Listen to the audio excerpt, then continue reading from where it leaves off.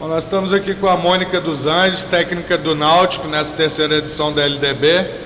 Mônica, para começar, acho que a gente tem que falar do aspecto, o primeiro aspecto que chama a atenção quando a gente vê, que é a única mulher entre os treinadores, é a primeira mulher treinadora de uma equipe numa competição oficial organizada pela LNB, seja o NBB ou a LDB.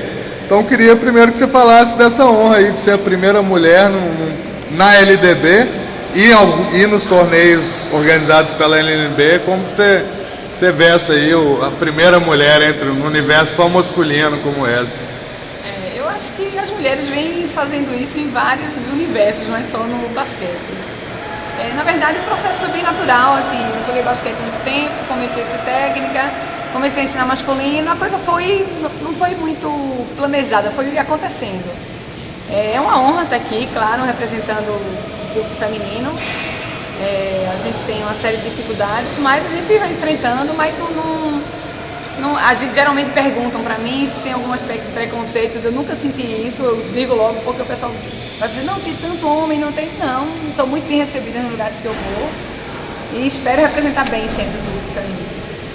E conta um pouquinho da sua história, você é natural de Recife, como que é a sua formação? Eu sou natural de Recife, sou professora de educação física, de formação, fui atleta de basquete por muitos anos. Pernambuco tem um histórico no feminino de basquete, a minha geração é uma geração muito boa, a gente representava muito bem o estado. O basquete deu uma queda, mas agora a gente está tentando, vem retomando aí nos últimos anos para levantar de novo o basquete do estado. E como que é o trabalho no Náutico? Quanto tempo você está no Náutico, primeiramente? E como que você vê o trabalho que está sendo realizado no clube, na base? Eu sei que já tem um trabalho já há mais tempo e existe uma ideia parceria, existe uma parceria, na verdade. Hoje existe uma parceria do Náutico com a FAS Faculdade. Na verdade, todos esses meninos, eles vêm da faculdade, eles são universitários. A gente tem uma realidade um pouquinho diferente, não é um time profissional. Os meninos estudam, a maioria trabalha ou estagia já, e eles treinam. A gente consegue manter uma frequência de treino quase diário, mas ele não é um time profissional. Agora é uma base que vem junto há muito tempo. Mesmo a gente tendo vindo para essa primeira fase um pouco desfalcado, a gente teve alguns atletas, por conta do improviso da gente entrar, a última vaga preenchida foi a nossa, então a gente teve que correr com documentação, teve alguns atletas que não teve tempo de ficar regularizado. Teve um atleta que ficou doente, não viajou, vai tentar chegar no meio da semana. A gente teve alguns complicadores, mas a gente vem fazendo um trabalho de base, começa na escola, que é o Colégio Santa Emília, passa pela faculdade e hoje é uma parceria com o clube. Então é um trabalho de continuidade, a gente sempre vai ter trabalho de base. Desde as categorias de 8, 9 anos até o adulto hoje. Começamos só com a base, a gente começou entrando pré-mirim, mirim, à medida que os atletas iam crescendo, a gente foi subindo de categoria, e hoje a gente tem todas as categorias, no feminino, no masculino e no feminino. Sei que é uma coisa que em Pernambuco a rivalidade é uma coisa muito séria, né? Mas eu queria que você falasse um pouco do esporte campeão da Liga Feminina, o que um projeto como esse pode representar para o basquete pernambucano, pensando que é um projeto que, pelo menos em ideia, é um projeto que pretende se estabelecer a médio e longo prazo, não é uma coisa fortuita de montar um time muito forte 2 anos, depois desmontar. Queria que você falasse qual a influência disso. Hoje a gente já tem a LDB com a presença do Náutico e do próprio esporte.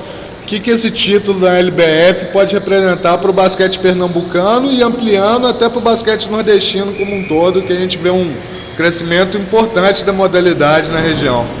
Isso não tenha dúvida. Eu acho que o título do esporte só veio favorecer o basquete no estado e fortalecê-lo, principalmente. E eles vêm realizando um trabalho também na base, que é o que você falou, que é importante, que não se faça um time que dure 2 anos e depois desmonte. Vem sendo feito um trabalho nas categorias de base. A gente tem outros clubes que fazem o trabalho na categoria de base também, então fortalece o estado inteiro. Não adianta só o esporte ter trabalho de base, todo mundo tem que ter para que o basquete seja forte. E o adulto é sempre o que a gente chama de espelho. Sempre existe o espelho dos mais novos. Se a gente não tiver o espelho, fica difícil fazer trabalho de base. Então hoje a garotada vai para as escolinhas de basquete querendo jogar igual a Adrianinha. Isso é uma referência. No masculino, apesar da gente não ter equipes ainda no NBB, mas a gente sabe que o esporte tem estrutura para futuramente entrar. Mas mesmo assim, os clubes que têm adulto, a gente, no caso, e outros, já são referência para os mais novos também. Então essa referência é importante. O trabalho de base eu acho que vem sendo feito muito bem feito. E eu acho que o título só engrandecer é um trabalho muito sério, a gente vê que é um trabalho sério, organizado. E eu acho que vai dar muito bons frutos por anos ainda aí. Você está falando desses clubes trabalhando na base, lá a gente tem um circuito legal de campeonato que segue todas as categorias, desde o sub-15 até o... Como que é a realidade do basquete pernambucano, de competição mesmo? Pronto, a gente vem com problemas nos últimos anos de ter todas as categorias. É isso que a gente vem tentando fazer, de 2 anos para cá, pelo menos, a gente vem tentando ter as categorias de base, mas existe uma dificuldade do próprio clube entrar ou das escolas participarem. E na verdade a gente sabe que as escolas é que fomentam os clubes e não vem sendo estimulado. Então a gente vem tentando fazer isso, mas a gente tem campeonatos com 3, 4 equipes e se a gente conseguir fazer isso em cada categoria já vai melhorar muito. Das categorias de 15 anos em diante, a gente consegue fazer bem os campeonatos. De 15 anos para baixo é que existe ainda uma deficiência que a gente precisa tentar superar. Mas eu já, agora mesmo, já começando 14 anos, já tinha 3, 4 equipes, então isso já vai motivando. No feminino, inclusive, que a gente tem mais dificuldade que no masculino. Você perguntou porque no masculino eu comecei até por acaso. A escola que eu trabalho, ela pedia um técnico masculino também. Começou a ter procura por meninos querendo praticar basquete e não existia basquete na escola. Então a direção me chamou, perguntou se eu não colocaria o masculino também. Então eu comecei meio que por acaso, fui colocando de novo masculino, já tinha trabalhado com masculino antes. E aí vai crescendo, é o que eu te digo. Sempre quando a gente vai fomentando a base, incentivando, isso vai aparecendo no futuro. E essa estrutura ligada à escola é uma coisa muito interessante, né? Muita gente acredita a queda do basquete brasileiro ao basquete ter quase sumido do programa de educação física, né? Eu acredito nisso, assim, fielmente. Eu acho que sem a escola a gente não faz. Então, por isso que, para você ter uma ideia, a gente tem na nossa escola, que é uma continuidade, 70 alunos de escolinha. Se eu não tiver isso, eu não vou ter atleta. Se existir, a gente chama de buraco, né? Se existir um buraco em alguma categoria, eu vou ficar alguns anos sem atleta futuramente no adulto. Ou então tem que começar de novo para essa geração que veio para cá, é uma geração que começou na escola pequenininha, a maioria. Eles ainda têm idade de LDB no próximo ano, quer dizer, são 20 anos, tem 2 anos ainda, é um time jovem. Então eu acho que eles vão crescer muito nesse ano, nessa competição. E eu acho que melhorar muito para a segunda fase, já que a gente vai ter resolvido os problemas que a gente teve, dos atletas que não puderam vir mais completo, o Rodeio estou com 10 atletas só.